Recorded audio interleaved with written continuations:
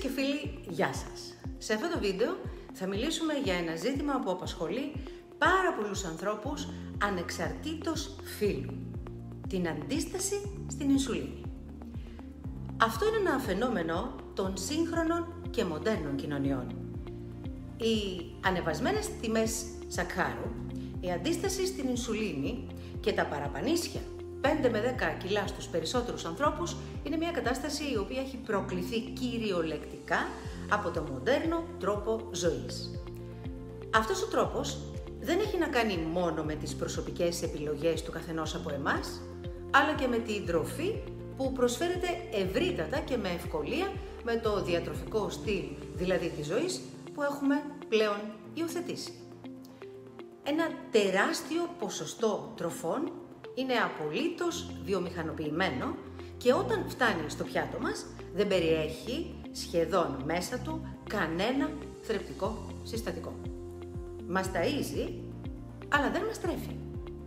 Μας χορταίνει δηλαδή πρόσκαιρα, αλλά ο οργανισμός μας που χρειάζεται συγκεκριμένη ενέργεια, την οποία παίρνει από τις τροφές, μένει ακάλυπτος. Και έτσι, αφού δεν έχει αρκετή δύναμη για να κινήσει τη μηχανή του, δίνει σήμα στον εγκέφαλο ότι πεινάς και σε οθεί να φας ακόμη περισσότερο. Έτσι, δημιουργείται η πολυφαγία που ενώ στην πραγματικότητα ο άνθρωπος έχει καταναλώσει και έχει μέσα του μεγάλη ποσότητα τροφής στο στομάχι του, εκείνος δεν αισθάνεται ικανοποίηση ή κορεσμό. Ακόμη όμως και οι φρέσκες τροφές, όπως είναι κυρίως τα λαχανικά, αλλά και πολλά φρούτα, δεν προέρχονται πλέον από τους σπόρους που μας έδωσε η μητέρα φύση, αλλά είναι προϊόντα εργαστηρίων και είναι τα γνωστά υβρίδια και οι μεταλλαγμένοι σπόροι. Έτσι λοιπόν, ακόμη και αν κάποιος καταναλώνει πολλά φρούτα και λαχανικά, τη ζωντανή ηλιακή τροφή όπως την αποκαλούμε, και πάλι ο οργανισμός του δεν μπορεί να λάβει τα απαραίτητα συστατικά ως καύσιμο για να κινήσει την ύπαρξή του που είναι το σώμα και το πνεύμα. Σε ό,τι αφορά στη ζωική πρωτεΐνη επίσης, και εδώ οι άνθρωποι έχουμε δημιουργήσει πρόβλημα γιατί εκτρέφουμε τα ζωντανά μας μαζικά με άθλιες συνθήκες, δίνοντάς τους ύποπτες βιομηχανοποιημένες τροφές, βάζοντάς τους επίσης φάρμακα και αντιβιωτικά για να αποφευχθούν αρρώστιες που μπορούν να πέσουν μαζικά στα ζωντανά και έτσι δημιουργούμε έναν απίστευτα επικίνδυνο κύκλο εγκλωβισμού στη χαμηλή ποιότητα. Για τις ιχθυοκαλλιέργειες δεν θα μιλήσω καθόλου, διότι δεν είναι λίγες οι φορές που χορηγείται στα ψάρια των ιχθυοτροφίων έως και φορμόλι. Οπότε σε αυτό το βίντεο θα σας εξηγήσω όσο καλύτερα μπορώ τι θα μπορούσε να μην φάει κάποιος, ώστε να προστατεύσει τον εαυτό του από το μεταβολικό μπλοκάρισμα, αλλά ωστόσο αυτό, το οποίο θα πρέπει να μείνει χαραγμένο περισσότερο από όλα στο μυαλό σας, είναι το εξής. Επειδή όπως σας ανέφερα και πιο πάνω, έχει μπει χέρι σε όλες τις τροφές, οι βασικοί κανόνες που πρέπει να θυμάστε για να προστατεύσετε τον εαυτό σας είναι 3. Αποφύγετε περισσότερο όσο μπορείτε το άγχος και φροντίστε να χαίρεστε, να απολαμβάνετε, να διασκεδάζετε και να ξεκουράζετε το μυαλό σας από τις έννοιες. Καταναλώστε μικρές ποσότητες τροφής. Το στομάχι σας είναι περίπου όσο και η χούφτα σας κλειστεί μέχρι τον καρπό. Δείτε τι βάζετε στο πιάτο σας και αναλογιστείτε. Και τέλος, κινηθείτε. Αν δεν μπορείτε να πάτε στο γυμναστήριο και να ακολουθήσετε ένα πρόγραμμα γυμναστικής της αρεσκίας σας, περπατήστε σε έντονο ρυθμό 2 χιλιόμετρα την ημέρα. Επίσης, μπορείτε να βρείτε εκπληκτικές ασκήσεις, πολύ εύκολες, από το σύστημα Qigong και να βοηθήσετε εξαιρετικά αποτελεσματικά το λεμφικό σας σύστημα και όλο τον οργανισμό σας. Ίσως να κάνω ένα βίντεο προκειμένου να σας δείξω μια πολύ εύκολη και άκρως αποτελεσματική άσκηση για όλη την υγεία. Πάμε να δούμε τώρα συνοπτικά ποιες είναι οι 3 κυριότερες τροφές που μπλοκάρουν το μεταβολικό σύστημα και σας δημιουργούν θέματα με την ινσουλίνη. Πρώτη και καλύτερη στην κατάταξη είναι οι επεξεργασμένοι υδατάνθρακες. δυστυχώς βρίσκονται παντού στη ζωή μας. Είναι εξαιρετικά φθηνή, εύκολη στην κατανάλωση και επίσης είναι μια πολύ μεγάλη παγίδα για την υγεία μας. Στο περίπτερο, στο δρόμο, στο σούπερ μάρκετ, στα ντουλάπια, στα σπίτια μας έχουν την τιμητική τους. Μόνο που οι επεξεργασμένοι υδατάνθρακες δεν περιέχουν καθόλου φυτικές ίνες και έτσι αυτό εκτινάσει αυτόματα το ζάχαρο. Η επόμενη προβληματική τροφή είναι τα επεξεργασμένα έλαια. Τα RBD, όπως λέγονται στη γλώσσα της χημικής βιομηχανίας, και αυτά είναι τα έλαια από σόγια, καλαμπόκι, κράμβι, ελαιοκράμβι, ηλίανθο, φοίνικα, αλλά και η γενετικά τροποποιημένη εκδοχή της κανόλα. Αυτά τα βρίσκουμε σε τροφές όπως είναι τα πατατάκια, τα γαριδάκια και γενικά όλες οι τηγανισμένες ζύμες. Εκεί μάλιστα τα συναντάμε σε συνδυασμό, γιατί έχουμε επεξεργασμένους υδατάνθρακες που μαγειρεύτηκαν με επεξεργασμένα έλαια. Ασφαλώς η τρίτη και καλύτερη εγκληματική τροφή για τον ανθρώπινο οργανισμό είναι η ζάχαρη. Την καταναλώνουμε καθώς την επιλέγουμε για να την βάζουμε εμείς οι ίδιοι στη διατροφή μας, αλλά τη βρίσκουμε και κρυμμένη σχεδόν παντού.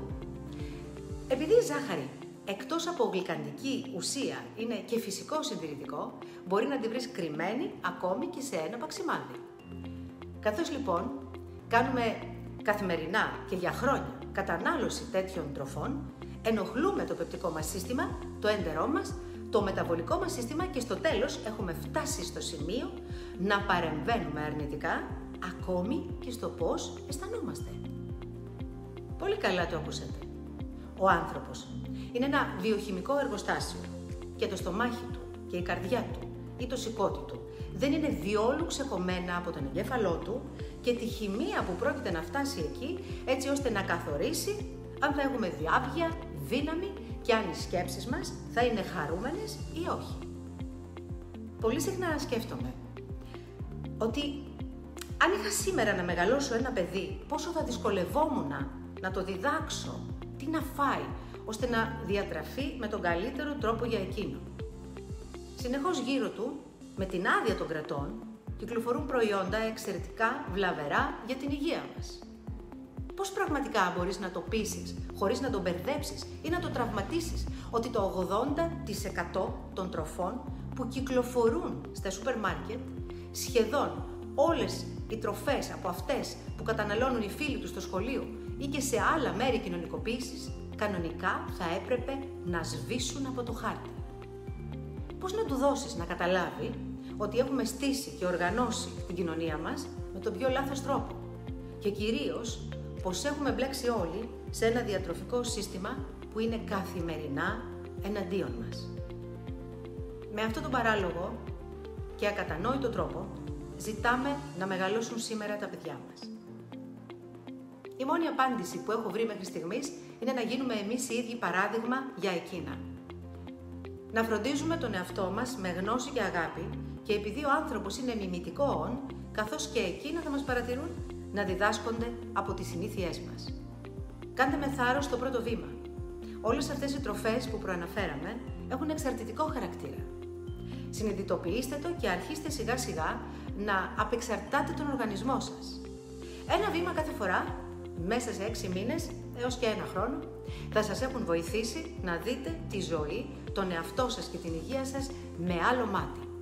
Έτσι, με αυτόν τον τρόπο, θα επιτρέψετε στον οργανισμό σας να ξεμπλοκάρει, να λειτουργεί με ισορροπία και ασφαλώς θα πάψετε να έχετε οποιαδήποτε αντίσταση στην ινσουλίνη, αλλά θα δείτε βελτιώσεις και σε άλλους τομείς της υγείας σας.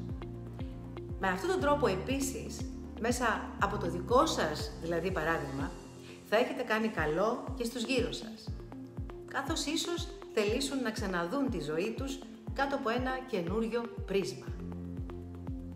Φανταστείτε το αυτό σαν μια απλή φυσική κίνηση να μεγαλώνει και ίσως αυτός να είναι ο τρόπος που μπορεί να ξαναέρθει η διατροφική τουλάχιστον ισορροπία στον πλανήτη μας. Μην ξεχνάτε ποτέ ότι στο εμπόριο υπάρχει ένα πολύ μεγάλο μυστικό. Εάν ο καταναλωτής δεν αγοράσει, το προϊόν αποσύρεται. Διδάξτε λοιπόν μέσα από τη συμπεριφορά σας τους επιχειρηματίες που ασχολούνται με τη διατροφή της ανθρωπότητας ποια είναι τα προϊόντα και με ποιο τρόπο χρειάζεται να τα παρασκευάσουν για να σας τα προσφέρουν. Μου αρέσει να αισθάνομαι ότι έχω επικοινωνία μαζί σας. Γι' αυτό το λόγο σας παρακαλώ, αφήστε μου το σχόλιο σας για να μπορέσω να μάθω κι εγώ πώς σκέφτεστε πάνω σε όλα αυτά που ακούσατε. Γράψτε μας αν έχετε κάποια ιδέα ή κάποια γνώση, γιατί η διακίνηση της ευγενούς πληροφορίας είναι και ο αληθινός πλούτος στη ζωή του ανθρώπου. Αν σας άρεσε αυτό το βίντεο που είδατε, μην ξεχνάτε όπως πάντα να κάνετε like, να χτυπήσετε το καμπανάκι, να κάνετε εγγραφή όσοι δεν το έχετε κάνει μέχρι τώρα και να μοιραστείτε το βίντεο με τους φίλους σας για να ταξιδέψουμε όσο πιο μακριά γίνεται. Να είστε όλοι καλά και να προσέχετε τον εαυτό σας.